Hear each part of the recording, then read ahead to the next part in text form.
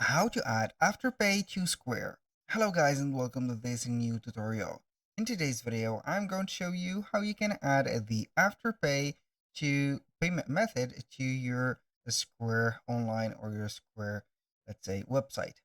So the process is very easy, and for those who does not know, Afterpay is going to be a settlement for payment that will allow monthly payment from the clients into your website or your store, and that is going to be similar or very similar to Klarna. So here we are going to head over as app.squareup.com, sign in for an account within the platform, set up everything, and as you can see here, we are on the dashboard of our account. Now what are we going to do? Basically, we are going to head over the setting of the account and see if we are going to be eligible to make that step or add this payment method or not. So basically, we are going to head over here, all the products on the left side of the screen, click on settings, and from here we are going to see this extension menu.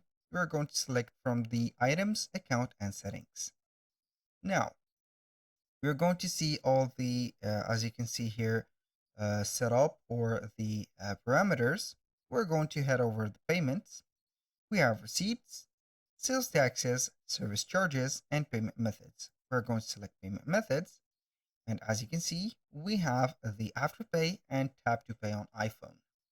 So you can go ahead and set up the Afterpay. As you can see, buy now, pay later, but the status is going to be ineligible. So that is going to have a connection or a, let's say, a link with the country that you have set up the address with.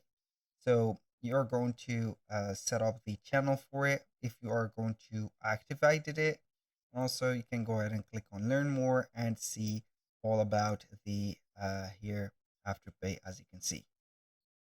Now, let's say that you are going to be eligible or like that active. So you're going to activate that, and also you're going to provide it and also suggest it as a payment method on the checkout. And in case you want to make yourself eligible, you need to set up the country settings by heading over the personal information, for example, the preferences, and also do not forget to set up the menu. For example, you can go ahead and set up the search bar and type in a country, for example, and then you're going to see all the here things that are related to the country. If you're going to get some help here, you do not need the help, but you need only the payment or the account information to be changed to that specific country. It is going to be set up in here. So that was all for today's video. Thank you guys for watching. I hope that you have enjoyed the content, and I hope to see you soon on the next one.